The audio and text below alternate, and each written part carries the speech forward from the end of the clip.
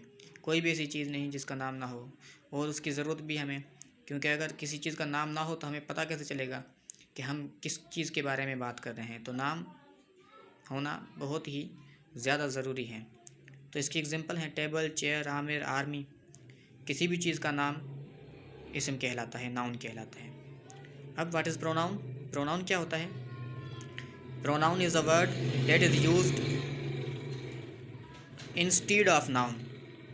Pronoun वो अल्फाज होता है जो इसम की जगह पर काम आता है, यानी इसम को काट कर उसकी जगह पर वो आ जाएगा। मैं फिर से रिपीट करता हूँ, यानी प्रोनाउन प्रो, इस सिर्फ अगर आप प्रो का मतलब निकालोगे तो इसका प्रो का मतलब होता है नहीं, और नाउन का मतलब होता है इसम, यानी इसम का ना होना। इसका लफ्ज़ का मतलब ही ये है कि इसम का ना होना, यानी नाउन की जगह पर इसम किसी और अल्फाज का आ जाना, इसमें ज़मीर कहलाता है। प्रोनाउन को उर्दू में इसमें ज़मीर कहा जाता है। इसकी मिसालें हैं I, we, you, they, he, she, it वगैरह। मैंने यहाँ पर इसकी एक सेंटेंस भी लिखा हुआ है, सेंटेंस से आपको समझाने की कोशिश करूँगा। तो एक सेंटेंस है, एक फ़िक्रा है, Aamir is a boy. Aamir एक लड़का है। अब आपको पता है, सबको पता है कि आमिर यहाँ पर नाउन है, लेकिन अगर मैं इस आमिर को काट कर इसकी जगह पर ये अल्फाज यूज़ कर लूँ, ही, तो ही इज़ अ बॉय, तो मैं इशारा कर रहा हूँ आमिर की तरफ, लेकिन आमिर का नाम नहीं ले रहा, सिर्फ कह रहा हूँ ही इज़ अ बॉय, यानी वो एक लड़का है, तभी मेरा जुमला सही है। लेकिन आमिर की जगह पर जो अल्फाज यूज़ किया मैंने, उस पर थोड़ा गौर करें। तो ये जो अल्फाज नाउन की जगह पर मैं लेकर आया हूँ, ये कहलाएगा प्रोनाउन, यानी इसमें ज़मीर। ठीक है, अब आगे चलते हैं। वर्ब। वर्ब क्या है? Verb is a word that shows some action. Verb एक ऐसा अल्फाज होता है जो किसी एक्शन को ज़ाहिर करता है, जो किसी काम को ज़ाहिर करता है, यानी कोई ऐसा अल्फाज जिससे हमें किसी काम का पता चले, किसी एक्शन का पता चले, तो वो अल्फाज वर्ब कहलाता है। जैसे ईट, प्ले, कम, गो वगैरह, यानी खाना, खेलना, आना, जाना, ये सारे अल्फाज वर्ब कहलाते हैं, फ़ेल कहलाते हैं। क्यों? क्योंकि इससे हमें किसी काम का पता चलता है, यानी कोई काम हो रहा है। आगे चलते हैं। एडवर्ब। एडवर्ब क्या है? Adverb is a word that adds to the meaning of verb. Adverb वो अल्फाज होता है जो वर्ब की माना में इजाफ़ा करता है, फ़ेल की मीनिंग में, फ़ेल की माना में इजाफ़ा करेगा। वो कैसे करेगा? मैंने सेंटेंसेस लिखे हुए हैं, आपको सेंटेंसेस के ज़रिए समझाने की कोशिश करूँगा। तो इस एडवर्ब का एग्जाम्पल है, एक सेंटेंस मैंने ऊपर लिखा हुआ है, he runs fast. He runs fast, वो तेज़ी से दौड़ता है, वो तेज़ दौड़ता है, वो तेज़ दौड़ता है। अगर मैं यहाँ पर सिर्फ यहाँ तक लिखता, फास्ट ना लिखता और सिर्फ लिखता ही रन्स, तब भी जुमला तो सही था। मुझे पता चल रहा है कि वो काम क्या कर रहा है, वो दौड़ता है, लेकिन मुझे ये नहीं पता कि वो कैसे दौड़ता है। तो जब मैं ये लिखता हूँ ही रन्स फास्ट, तो अब मुझे पता चल रहा है कि काम हो तो रहा है, क्या हो रहा है, लेकिन कैसे हो रहा है वो मुझे अब पता चला कि ही रन्स फास्ट, वो तेज़ी से दौड़ता है। ऐसे एक और एग्जांपल है, शी केम यस्टरडे, वो कल आई। अब वो आई, उसने काम क्या किया, आने का, लेकिन कब आई? यस्टरडे, कल को। तो यस्टरडे भी क्या हुआ, यानी उसने बताया कि काम कैसे हुआ। तो एडवर्ब ऐसा वर्ब जो बताएगा कि काम कैसे हो रहा है। तो यस्टरडे यहाँ पर क्या है, एक एडवर्ब है। इसकी कुछ और एग्जांपल्स मैंने लिखी हुई हैं, फास्टली, स्लोली, हार्डली।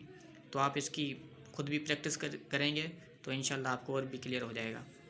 आगे है एडजेक्टिव। एडजेक्टिव क्या है? Adjective is a word that qualifies noun और प्रोनाउन। एडजेक्टिव एक ऐसा अल्फाज होता है जो नाउन या प्रोनाउन की खूबी को या खामी को जाहिर करेगा। कैसे?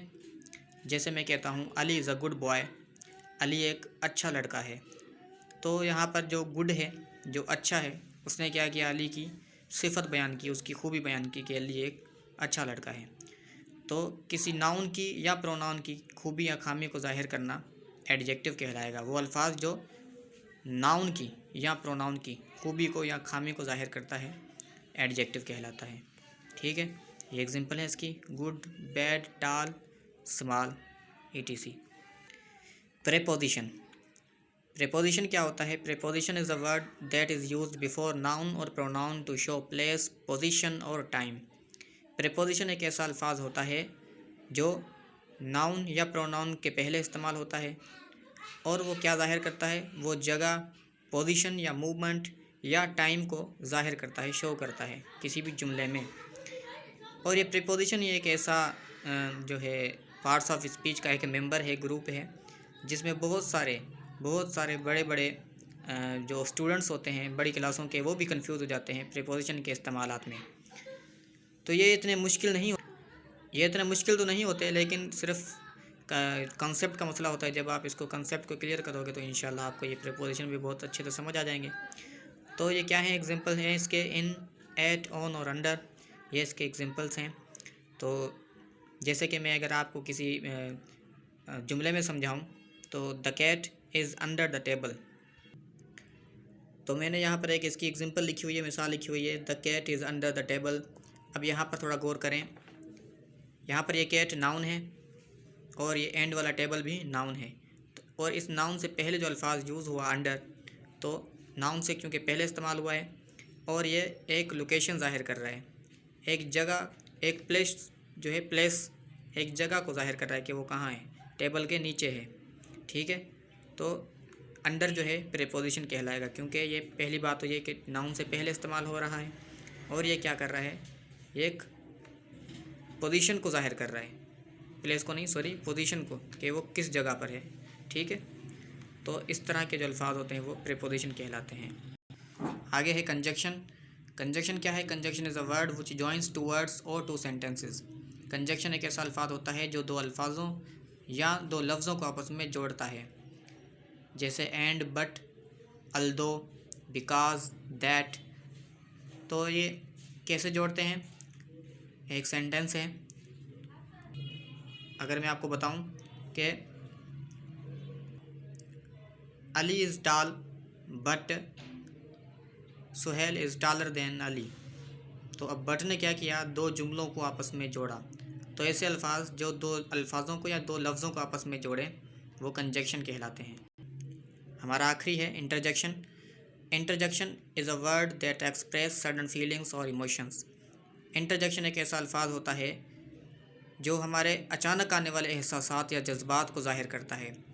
जो अचानक से हमारे मिजाज के अंदर या हमारे एक्सप्रेशन में तब्दीली आती है, तो जो अल्फाज हम यूज़ करते हैं तो वो अल्फाज कहलाते हैं इंटरजेक्शन। जैसे अलास, दुख के लिए हम अक्सर अलास इंग्लिश में इस्तेमाल करते हैं। ओ, ताज्जुब के लिए, जब कोई चीज़ आप अचानक देख लें और आपको खूबसूरत लगे या फिर आप उस पर यकीन ना कर पाएँ। आ और हुर्रा, यानी ये एक ऐसे अल्फाज हैं जिससे हमारे अचानक आने वाले तासुरात, जज्बात जो है ज़ाहिर होते हैं। तो मैं उम्मीद करता हूँ कि आपको मेरी ये वीडियो पसंद आई होगी। जो भाई मेरे नए हैं इस चैनल पर, आप प्लीज़ उसको सब्सक्राइब करें। और आज के लिए इतना ही, और इंशाल्लाह अब हम अगली वीडियो में मुलाकात करेंगे। शुक्रिया, अल्लाह हाफ़िज़।